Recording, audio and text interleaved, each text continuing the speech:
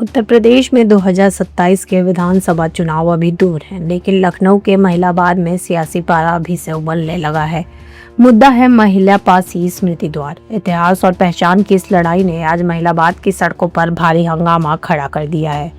आज महिलाबाद की सड़कें नारों से गूंज रही हैं।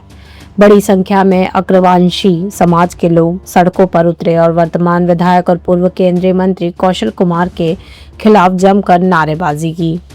प्रदर्शनकारियों की मांग साफ है, महिला पासी स्मृति द्वार को हटाकर वहां महाराजा महिला अग्रवासी स्मृति द्वार बनाया जाए।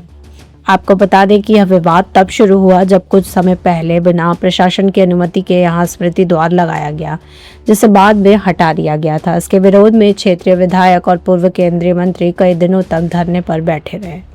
दोबारा द्वार लगने के बाद राजनीति और गर्मा गई। आज स्थिति उस वक्त तनावपूर्ण हो गई जब प्रदर्शन के दौरान कुछ लोगों ने महिला पासी जिंदाबाद के नारे लगाते दिखे। देखते ही देखते दो पक्ष आमने सामने आ गए। मौके पर मौजूद भारी पुलिस बल ने कड़ी मशक्कत के बाद भीड़ को खदेड़ा और मामले को शांत कराया। फिलहाल महिलाबाद में तनावपूर्ण शांति बनी हुई है, लेकिन स्मृति द्वार का यह विवाद अब केवल एक गेट तक सीमित नहीं रह गया है। यह 2027 की चुनावी जंग से पहले जातीय समीकरणों को साधने की एक बड़ी सियासी लड़ाई है। अब देखना यह होगा कि प्रशासन इस संवेदनशील मामले को कैसे सुलझाता है। इस तरीके से अरगोंसी समाज द्वारा आज मलिहाबाद में मल्ही स्मृति द्वार को लेकर के ज्ञापन दिया गया। क्या मांगे रही, आपकी क्या वार्ता हुई? बहुत बहुत धन्यवाद। पहले आपको मैं धन्यवाद देना चाहता हूँ। हमारी मांगे ये है कि जो ये द्वार लगा है, ये विवादित द्वार था। ये पहली बात पारित नहीं था। यहाँ पे जो महाराजा मल्ही शेख अरगोंसी लिखना चाहिए था, मल्ही पासी लिख दिया गया। और ये शासन को मैंने पहले अवगत करा दिया था कि द्वार नहीं लगना चाहिए, लेकिन राजनीतिक दबाव में भूतपूर्व सांसद और मौजूदा विधायक अपने मद में अपने पद के चूर में होकर के ये गेट जबरदस्ती लगा दिया गया। इससे कारण हमारा अरगोंसी समाज बहुत आक्रोशित है। हमने एसडीएम महोदय संडीला से और अपने सीओ साहब से भी ये रिक्वेस्ट पहले भी की थी। आज मैं ज्ञापन देने आया हूँ कि ऐसे जो सामाजिक तत्व हैं, चाहे वो विधायक हों, चाहे जो सांसद हों, या उनके संगठन वाले जो लोग हैं, यहाँ पे हमारे समाज का तार किया, मान सम्मान को उन्होंने गलत कहा, तो मैं चाहता हूँ उनकी गिरफ्तारी हो, उनको जेल भेजा जाए। क्या लगता है कि आपकी मांगे पूरी होंगी? बिल्कुल मुझे विश्वास है। मांगे नहीं पूरी होंगी तो हम मलिहाबाद से लेकर लखनऊ की धरती तक हिला के रख देंगे। क्यों नहीं पूरी होंगी? हम समाज के, देश के नागरिक हैं, हम ही जीना चाहते हैं। हमने कोई बदतमीजी नहीं की। वो यहाँ बैठ करके 2500-1000 आदमी हमारे समाज की अस्मिता को तार करेंगे और ये कहेंगे कि हाँ यहाँ रहना है तो मेरा नाम जपेंगे।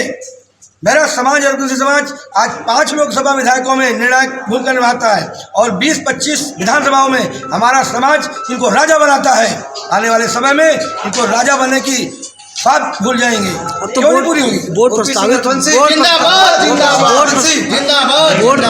होके लग चुका है। बोर्ड लग चुका है, बोर्ड जल्दी हटेगा। उत्तर प्रदेश की सरकार हिलेगी, क्योंकि हम खुद उनके कोर वोटर हैं। क्यों नहीं मेरी बात सुनी जाएगी? बोर्ड हटेगा। ये मैं वादा करके जा रहा हूँ अपने समाज को कि बोर्ड हटेगा। नहीं हटेगा तो मलिहाबाद के लेकर के लखनऊ की धरती तक जो ये चाहता है प्रशासन और ये पुलिस प्रशासन, वो होके रहेगा।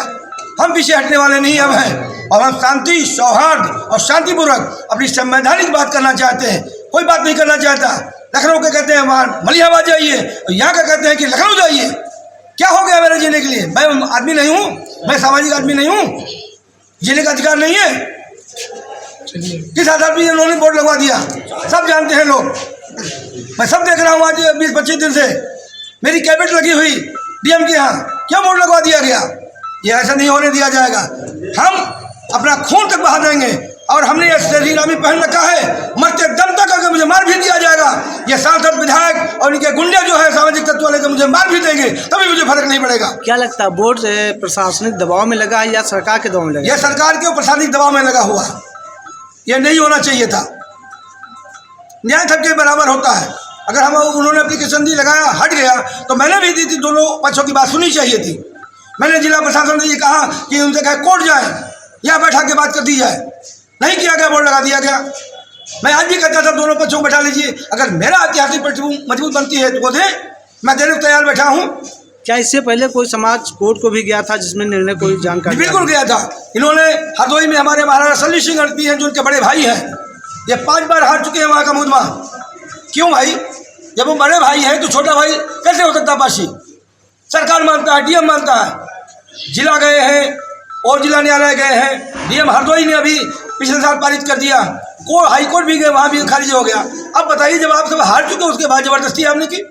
यहाँ की विधायिका, उनके पति ने कुचक्र राजनीति के चक्कर में घिनौनी राजनीति की है। उन्होंने सरकार की छवि धूमिल की है और उत्तर प्रदेश की अच्छी सरकार जो चल रही, ये जो विदर्घाती इनके एमपी विधायक, चाहे अशोक रावत हो, चाहे कौशल किशोर जी हो, चाहे विधायिका जी हो, चाहे ब्रजेश रावत हो, ये सब मिलकर सरकार की छवि धूमिल करना चाहते हैं और एक अपने लाखों लाख जो उनका कोर वोटर था उससे दूर हटाना चाहते हैं। ये साजिश हम लोगों की है सरकार को बदनाम करने के लिए। मैं घोर विरोध करता हूँ, उसकी घोर निंदा करता हूँ। क्या लगता है 2027 को चुनाव लेकर सियासत की जा रही है? बिल्कुल, ये अपनी पारिवारिक प्रतिबिंब बनाने के लिए, एक तुच्छ मानसिकता अपने परिवार को बढ़ाने के लिए ये ओछी राजनीति की गई। और 2027 में मैं यहाँ चैलेंज करते जा रहा हूँ कि ये विधायक तो दूर, यहाँ चपरासी बनने लायक नहीं रहेंगे, अशोक रावत भी नहीं रहेंगे, क्योंकि मेरा 2.5 लाख विशेष क्षेत्र में है, यहाँ 1.25 लाख मेरा आदमी है, कोर वोटर है। अशोक बचपन में जब किशोर चलते थे, सुनिए मेरी बात, कि कौशल किशोर जब बचपन में चलते थे, हमारा आदिवासी समाज इनको कंधे में बैठा करके विधायक बनाया कम्युनिस्ट पार्टी से। पूछ लें उनसे कि मैं ओबीसी गर्भवंशी कभी उनसे बात नहीं करता और मैं किसी एमएलए में बात नहीं करता, लेकिन समाज हित में अगर बात पड़ेगी तो अपनी जान की बाजी लगा दूंगा। ये कभी विधायक नहीं बन सकते हैं। ओबीसी जिंदाबाद।